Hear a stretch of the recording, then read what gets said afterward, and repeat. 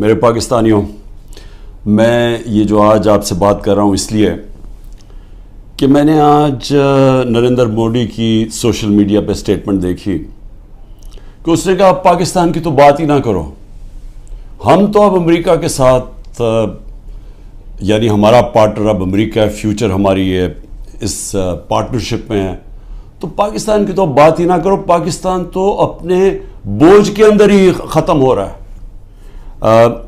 یہ تب ہوئی جب کہ اس نے امریکہ کا نریندر مودی نے دورہ کیا، اور اس دورے میں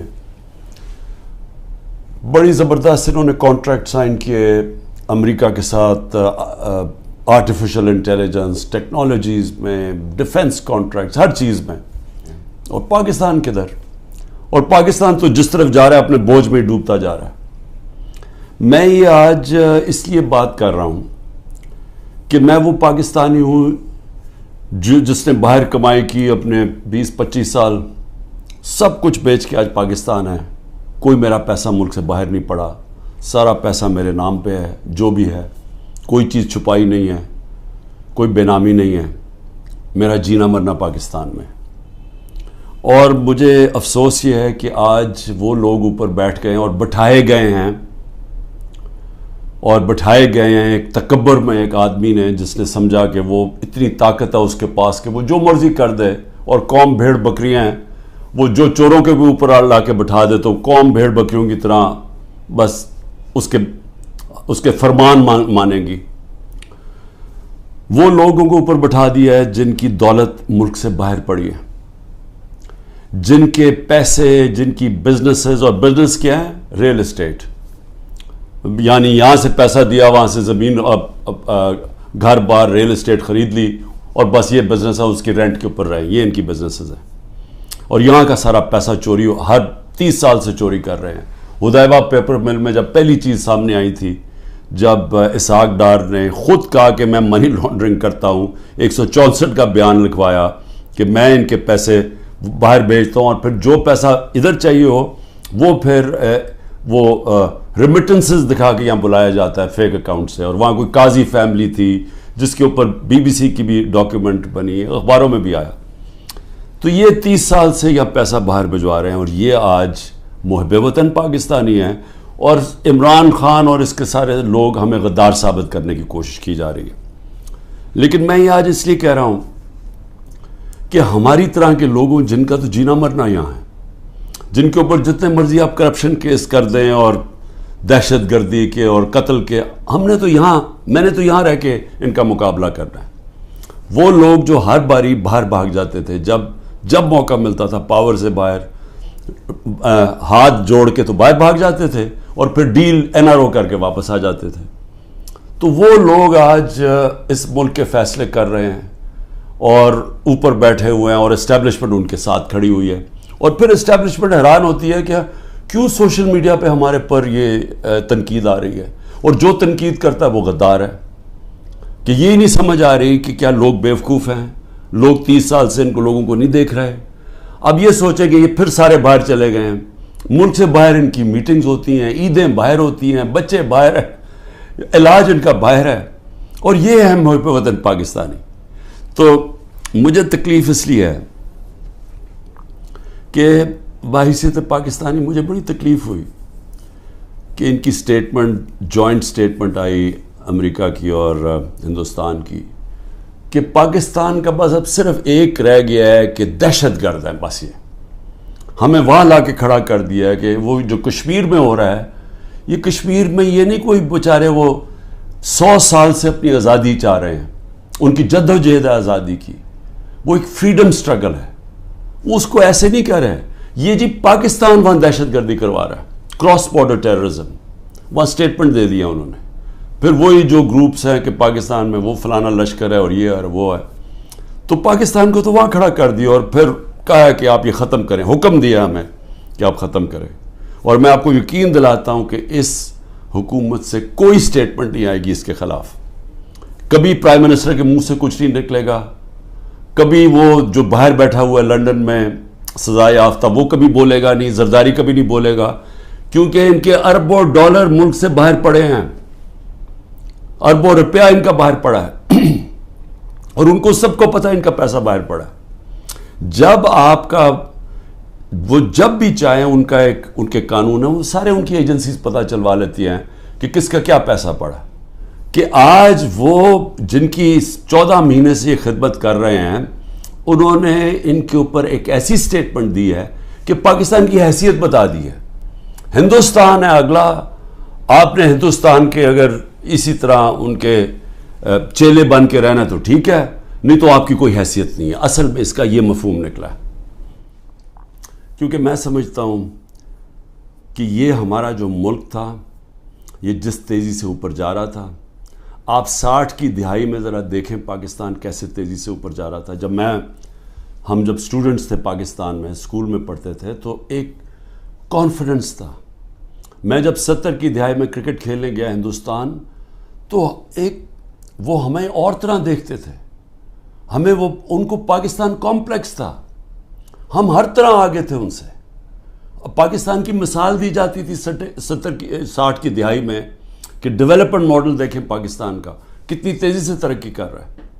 ہمارے اوپر بلکہ ایک کتاب بھی کسی نے لکھی تھی کہ ایشین میریکل, کہ یہ وہ جو ملک ہے جو سب سے تیزی سے ایشیا کا کیلیفورنیا بننے جا رہا ہے. میرے ساتھ ملیشیا کے شہزادے پڑھتے تھے آگے ہمارے ساتھ HSN میں, یا سارے مڈل ایسٹ سے پاکستان کی یونیورسٹیز میں اسٹوڈنٹس پڑھنے آتے تھے. پاکستان کے اندر ایک ہوپ تھی, کانفیڈنس تھا.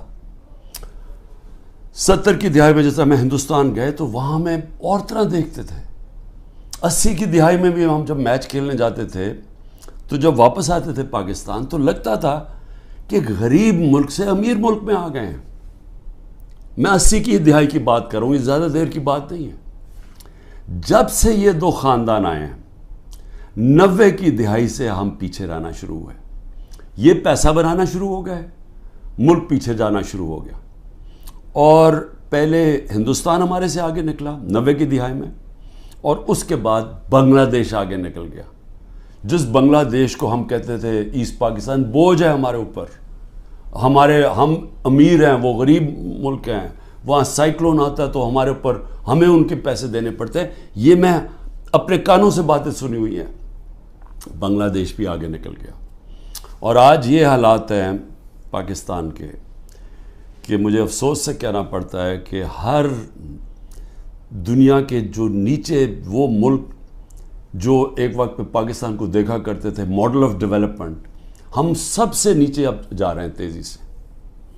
اور سب سے جو افسوسناک بات مجھے کیا لگتی ہے, مجھے یہ آگے جو خوف آ رہا ہے کہ اگر ہم نے ابھی اپنا راستہ نہ بدلا اور جس راستے پہ یہ لے کے جا رہے ہیں, یہ جو فیشسٹ رجیم اوپر بیٹھی ہوئی ہے, جس تیزی سے ہمیں اس طرف لے کے جا رہے ہیں, آگے بالکل ہی امید ختم ہونے والی ہے اور یہ بربادی کی طرف ملک جا رہا ہے.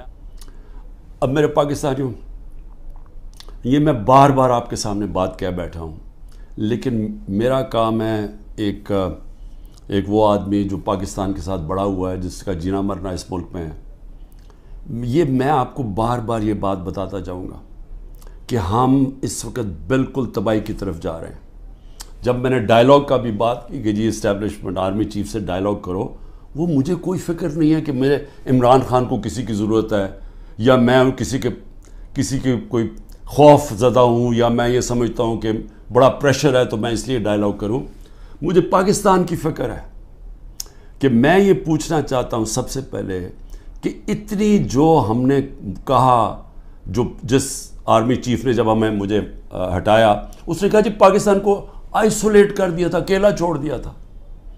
مجھے یہ بتائیں کہ جب ڈونلڈ ٹرمپ نے ایسی سٹیٹمنٹ دی تھی, پریزیڈنٹ نے, میں جب پرائم منسٹر تھا, اس نے کہا پاکستان دہشت گردی میں شامل. میری ابھی بھی ٹویٹ پڑھ لیں, میں نے اس کو جواب دیا.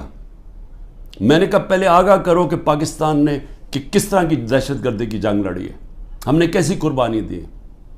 اسی ڈونلڈ ٹرمپ نے مجھے امریکہ دعوت دی, اور جو میرے ساتھ تھے, جس طرح کا پروٹوکول مجھے دیا, ذرا بتائیں کبھی کسی پاکستانی پرائم منسٹر کو ملا ہے. اس نے عزت بھی دی, اس کے سامنے میں نے کشمیر کی بات کی, اس نے کہا کہ میں کوشش کروں گا کشمیر کا مسئلہ حل کرنے کے لیے, ان کی جرت نہیں ہے نام لینے کے لیے کشمیر کا. اس کے بعد اس نے سارے میرے اور میرے ڈیلیگیشن کو سارے وائٹ ہاؤس کا خود دورہ کروایا، ٹور کروایا، عزت دی۔ میں یہ کیوں کہہ رہا ہوں؟ کیونکہ میں مغربی ذہن کو سمجھتا ہوں۔ آپ اگر ان کے نیچے ان کے سمجھتے ہیں کہ ان کے جوتے پالش کرنے سے وہ آپ کی بڑی کوئی رسپیکٹ کریں گے، وہ آپ کو حقارت سے دیکھتے ہیں۔ وہ سمجھتے ہیں جو اپنے ملک کے مفادات کے لیے کھڑا ہوتا ہے وہ اس کی عزت کرتے ہیں۔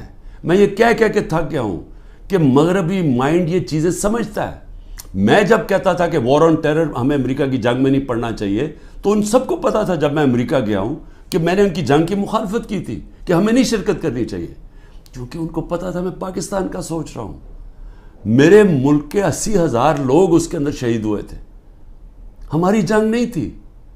تو میں جب ان کی تنقید کرتا کہ ان کی جنگ میں نہیں ڈال، وہ سمجھتے ہیں کہ یہ ایک آدمی اپنے ملک کی بات، کہ وہ اس چیز کی رسپیکٹ کرتے ہیں۔ یہ جو جا کے جناب فورن منسٹر بلاول بھٹو ہر دوسرے دن پہنچ کے اچھی اچھی انگریزی بولتا ہے، اس سے وہ متاثر نہیں ہوتے۔ اور اسی لیے یہ جو فورن پالیسی بنا دی ہے کہ جی ہم ساری دنیا کو ہم ساری دنیا کے ساتھ اچھے اچھے باتیں کریں، ان کو آم کے ٹوکرے بھجوا دیں اور ہم جا کے ان کے ساتھ بڑی اچھی طرح ان کے ہاتھ پکڑ کے بات کریں، ایسی یہ باتیں نہیں چلتی۔ آج آئسولیشن ہے پاکستان کی، اس کو آئسولیشن کہتے ہیں کہ وہ ملک جنہوں نے روس سے تیل نہیں خریدا، ہم نے ڈیل کر لی تھی ان سے، یہ آگے بات تو بڑھاتے۔ ہماری تو صدر پوٹن نے اپنا انرجی منسٹر بھجوایا تھا میری میٹنگ کے بعد، حماد سے ملاقات ہوئی، میں نے اس کو سمجھایا کہ ہماری یہ سپر سائیکل کی وجہ سے کرونا کے بعد تیل کی قیمتیں اوپر اور یوکرین کی وجہ سے اوپر چلی گئی ہیں، ہمارے ملک میں، میرے بھی اور غریب ملکوں میں مشکلیں پڑی ہوئی ہیں۔ اس نے انرجی منسٹر بھجوایا، بات ہو گئی، واپس آئے تو نو کانفیڈنس ہو گئی، کیونکہ جناب یہاں آرمی چیف صاحب باتیں کر رہے تھے، وہاں ان کو بتا رہے تھے جی بڑا اینٹی امریکن ہے اور عمران خان، اور ادھر سے سائفر آ گیا کہ جی عمران خان کو ہٹاؤ نو کانفیڈنس میں، بات بیچ میں آ گئی۔ تو ان کو تو موقع مل رہا تھا، ہندوستان جب سستا تیل 40% کم قیمت پہ تیل منگوا رہا تھا، تو انہوں نے کیوں نہیں آگے بات بڑھائی؟ کیونکہ یہ غلام ہیں اور غلاموں کی کوئی عزت نہیں کرتا دنیا میں۔ اور آج جو فورن پالیسی ہماری جدھر کھڑی ہے، یہ اب آپ کے سامنے دیکھ لیں کہ ہم کدھر ہیں۔ تو اللہ کا حکم ہے کہ قومیں تباہ ہو جاتی ہیں جب وہ میرے حکم پہ نہیں چلتی، اور وہ میری زمین پہ عدل اور انصاف قائم کرو۔ یہ سارے اللہ کے پیغمبر جو تھے وہ ایک ہی چیز کہہ رہے تھے، ان کی صرف مشن ایک تھی کہ عدل اور انصاف کی۔ فرعون کے سامنے جب حضرت موسیٰ تھے، وہ اپنے لوگوں کو انصاف دلوانا چاہتے تھے، وہ غلام تھے لوگ، کیونکہ جب انصاف نہیں ہوتا لوگ غلام بن جاتے ہیں۔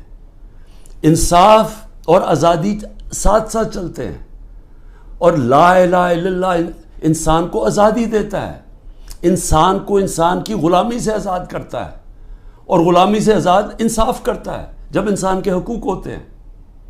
تو جو پاکستان میں حالات ہیں، پہلے ہی ہمارا نمبر، یہ جو کریک ڈاؤن سے پہلے 140 ملکوں میں پاکستان کا انصاف کے انڈیکس میں ہم 129 تھے۔ جب سے یہ کریک ڈاؤن ہوا ہے، اب تو ہمارا نمبر ہی کوئی نہیں پتا، اب تو ہم بنانا ریپبلکس میں نیچے شامل ہو گئے ہیں۔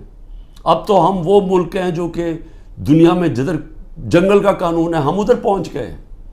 سارے پیغمبر اللہ کے انسانی معاشرے کو انسانی تب بنتا ہے، انہوں نے یہ ان کا پیغام تھا جب وہاں انصاف ہو، عدل اور انصاف ہو، نہیں تو جنگل کا قانون ہوتا ہے جس کی لاٹھی اس کی بھینس، مائٹ از رائٹ۔ اب پاکستان میں جو آج قانون لے آئے ہیں، مجھے بتائیں اس کا کیا مستقبل رہ گیا؟ اب آج مجھے بتائیں کون پاکستان کے اندر آ کے اپنے پیسے انویسٹ کرے گا؟ کہ وہ اس چیز کی رسپیکٹ کرتے ہیں۔ یہ جو جا کے جناب فورن منسٹر بلاول بھٹو ہر دوسرے دن پہنچ کے اچھی اچھی انگریزی بولتا ہے، اس سے وہ متاثر نہیں ہوتے۔ اور اسی لیے یہ جو فورن پالیسی بنا دی ہے کہ جی ہم ساری دنیا کو ہم ساری دنیا کے ساتھ اچھے اچھے باتیں کریں، ان کو آم کے ٹوکرے بھجوا دیں، اور ہم جا کے ان کے ساتھ بڑی اچھی طرح ان کے ہاتھ پکڑ کے بات کریں، ایسی یہ باتیں نہیں چلتی۔ آج آئسولیشن ہے پاکستان کی، اس کو آئسولیشن کہتے ہیں کہ وہ ملک جو انہوں نے روس سے تیل نہیں خریدا، ہم نے ڈیل کر لی تھی ان سے، یہ آگے بات تو بڑھاتے. ہماری تو صدر پوٹن نے اپنا انرجی منسٹر بھجوایا تھا میری میٹنگ کے بعد. حماد سے ملاقات ہوئی، میں نے اس کو سمجھایا کہ ہماری یہ سپر سائیکل کی وجہ سے کرونا کے بعد تیل کی قیمتیں اوپر اور یوکرین کی وجہ سے اوپر چلی گئی ہیں. ہمارے ملک میں، میرے بھی اور غریب ملکوں میں مشکلیں پڑی ہوئی ہیں. اس نے انرجی منسٹر بھجوایا، بات ہو گئی، واپس آئے تو نو کانفیڈنس ہو گئی. کیونکہ جناب یہاں آرمی چیف صاحب باتیں کر رہے تھے، وہاں ان کو بتا رہے تھے جی بڑا اینٹی امریکن ہے اور عمران خان، اور ادھر سے سائفر آ گیا کہ جی عمران خان کو ہٹاؤ نو کانفیڈنس میں. بات بیچ میں آ گئی. تو ان کو تو موقع مل رہا تھا. ہندوستان جب سستا تیل 40% کم قیمت پہ تیل منگوا رہا تھا تو انہوں نے کیوں نہیں آگے بات بڑھائی؟ کیونکہ یہ غلام ہیں اور غلاموں کی کوئی عزت نہیں کرتا دنیا میں. اور آج جو فورن پالیسی ہماری جدھر کھڑی ہے، یہ اب آپ کے سامنے دیکھ لیں کہ ہم کدھر ہیں. تو اللہ کا حکم ہے کہ قومیں تباہ ہو جاتی ہیں جب وہ میرے حکم پہ نہیں چلتی، اور وہ میری زمین پہ عدل اور انصاف قائم کرو. یہ سارے اللہ کے پیغمبر جو تھے وہ ایک ہی چیز کہہ رہے تھے، ان کی صرف مشن ایک تھی کہ عدل اور انصاف کی. فرعون کے سامنے جب حضرت موسیٰ تھے وہ اپنے لوگوں کو انصاف دلوانا چاہتے تھے، وہ غلام تھے لوگ، کیونکہ جب انصاف نہیں ہوتا لوگ غلام بن جاتے ہیں. انصاف اور آزادی ساتھ ساتھ چلتے ہیں، اور لا الہ الا اللہ انسان کو آزادی دیتا ہے، انسان کو انسان کی غلامی سے آزاد کرتا ہے، اور غلامی سے آزاد انصاف کرتا ہے جب انسان کے حقوق ہوتے ہیں. تو جو پاکستان میں حالات ہیں، پہلے ہی ہمارا نمبر، یہ جو کریک ڈاؤن سے پہلے 140 ملکوں میں پاکستان کا انصاف کے انڈیکس میں ہم 129 تھے. جب سے یہ کریک ڈاؤن ہوا ہے اب تو ہمارا نمبر ہی کوئی نہیں پتا. اب تو ہم بنانا ریپبلکس میں نیچے شامل ہو گئے ہیں. اب تو ہم وہ ملک ہیں جو کہ دنیا میں جدھر جنگل کا قانون ہے ہم ادھر پہنچ گئے. سارے پیغمبر اللہ کے انسانی معاشرے کو انسانی تب بنتا ہے، انہوں نے یہ ان کا پیغام تھا جب وہاں انصاف ہو، عدل اور انصاف ہو. نہیں تو جنگل کا قانون ہوتا ہے جس کی لاٹھی اس کی بھینس، مائٹ از رائٹ. اب پاکستان میں جو آج قانون لے آئے ہیں، مجھے بتائیں اس کا کیا مستقبل رہ گیا؟ آج مجھے بتائیں کون پاکستان کے اندر آ کے اپنے پیسے انویسٹ کرے گا؟ آپ ذرا سوچیں تو صحیح وہ آج کیا کر رہے ہیں. ذرا اوورسیز پاکستان کی کوئی ان کی رائے تو لے کہ وہ آج پاکستان کو کیا کہہ رہے ہیں، وہ کس طرح پاکستان کو دیکھ رہے ہیں. تکلیف میں ہیں کہ ملک کو بنانا ریپبلک بنا دیا ہے. اور تو چھوڑیں وہ انویسٹمنٹ کیا لے کے آئے گا، ان کا رشتہ دار باہر بیٹھا ہوا اوورسیز پاکستانی کوئی ٹویٹ کرتا ہے، تنقید کرتا ہے یہ جو ہو رہا ہے پاکستان میں، تو جو ٹویٹ کرتا ہے اس کے رشتہ داروں کو پکڑ لیتے ہیں یہاں. یعنی یہ کس قانون کے تحت؟ یہ تو ہٹلر کے جرمنی میں ہوتا ہوگا اور یہ اسٹالن کے USSR میں ہوتا ہوگا کہ جب وہ کچھ بھی کر سکتے تھے، کلیکٹیو پنشمنٹ. یا اسرائیل کرتا ہے فلسطینیوں سے کہ ان کو ایک ہوتا ہے تو ان کے گھروں میں آ کے دوسروں کو کلیکٹیو پنشمنٹ دیتے ہیں. یا وہ مقبوضہ کشمیر میں اب کشمیریوں سے ہو رہا ہے. یہ تو کوئی آزاد معاشرے میں تصور ہی نہیں کر سکتا کہ گھروں کے اندر گھس گئے، دروازے توڑ دیے، چیزیں لوٹ لی، جو چیز پڑی ہے وہ جو اٹھائی نہیں وہ توڑ دی. اچھا وہاں ملازم ملے ان کو اٹھا کے لے گئے، کوئی بچے ملے. ہمارا جو پریزیڈنٹ اقبال کا، ان کو 15 سال کے بیٹے کو اٹھا کے لے گئے. وہ یاسر گیلانی ہمارا ایک ٹکٹ ہولڈر، وہ چھپا ہوا تھا، اس کی بیوی اپنے ماں باپ کے گھر تھی، اس کے ماں باپ کے گھر جا کے بیوی 4 بچے ہیں اس کے، چھوٹا بچہ 1.5 سال کا، اس کو اٹھا کے لے گئے. عمر چیمہ، اس کو صرف وہ جیل میں رکھا ہوا ہے کہ جی بس تو وہ کرسی پہ بیٹھ کے کہہ دو ٹی وی کے سامنے کہ جی میں PTI چھوڑ رہا ہوں اور میں فوج سے پیار کرتا ہوں اور 9 مئی کی مذمت کرتا ہوں. میں بار بار کہہ رہا ہوں 9 مئی کی ساری قوم مذمت کرتی ہے جو جلاؤ گھرا ہوا ہے. اس کے اوپر کوئی انڈیپینڈنٹ انویسٹیگیشن تو بٹھا دیں تاکہ پتہ تو چلے. میں ثابت کروں گا، میں یہ دعویٰ کہتا ہوں، میں ثابت کروں گا کہ لوگ چھوڑے ہوئے تھے اندر. یہ جو لوگ 10,000 لوگ جیلوں میں ڈالے ہوئے ہیں، یہ پولیٹیکل ورکرز ہیں، اور ان سے جو ہو رہا ہے جیلوں کے اندر یہ ساری دنیا دیکھ رہی ہے، سارے بیرون ملک پاکستانی دیکھ رہے ہیں، اور وہ انہوں نے بچانا ہے اس ملک کو۔ جس وقت ہم اس ملک میں رول آف لا لے آئے، ہم اس ملک میں اعتماد لے آئے اپنے انصاف کے نظام پہ، ان کو یہ اعتماد ہو گیا کہ میری انویسٹمنٹ بچ جائے گی، میں اگر ساری زندگی کی اپنی سرمایہ کاری جو پیسہ جمع کیا وہ یہاں پاکستان میں سرمایہ کاری کروں تو یہاں کا نظام ایسا ہے جیسے مغرب میں ہے، وہ مجھے تحفظ ملے گا۔ کمزور کو یہ فیلنگ ہو جائے کہ طاقتور سے اسے تحفظ ملے گا، یہ نہیں ہوگا پاکستان میں۔ جو طاقتور جو مرضی چاہے کرے اور کمزور بیچارہ بے حس ٹکرے کھاتا پھرے کچہریوں کی اور تھانوں کی، وہ کوئی پیسہ نہیں آنے لگا یہاں اس ملک میں، اور آئے گا ہی ملک تب، یہ بچے گا ہی تب جدھر آج پہنچ گیا ہے، جب ہمارا سب سے پہلے بیرون ملک پاکستانی انویسٹ کرے گا، سرمایہ کاری کرے گا، پھر باقی دنیا آئے گی۔ جس طرح چائنا اور ہندوستان میں ہوا تھا، انہوں نے جب اپنی اکانومیز کھولی تو پہلے ان کے اپنے لوگوں نے جو باہر بیٹھے ہوئے تھے انہوں نے انویسٹمنٹ کی۔ وہی ہے جو پاکستان کا اس دلدل سے نکالنے کا ہے۔ لیکن یہ جو نظام ہے یہ تو مزید اور ہمیں ادھر لے کے جا رہا ہے کہ جدھر نریندر مودی کہہ رہا ہے کہ جی اپنے بوجھ پہ گرنے لگا پاکستان۔ تو ابھی تک تو کوئی ہوش کریں ہم کہ ہم جا کدھر رہے ہیں۔ آپ کے پاس روڈ میپ بھی کسی کے پاس نہیں ہے۔ یہ چوروں کے پاس کیا روڈ میپ ہوگا؟ 30 سال سے تو چوری کر رہے ہیں یہ دبئی بھاگ جانے انہوں نے۔ میں آپ کو لکھ کے دیتا ہوں کہ 90% میں سے ملک سے باہر بھاگ جائیں گے۔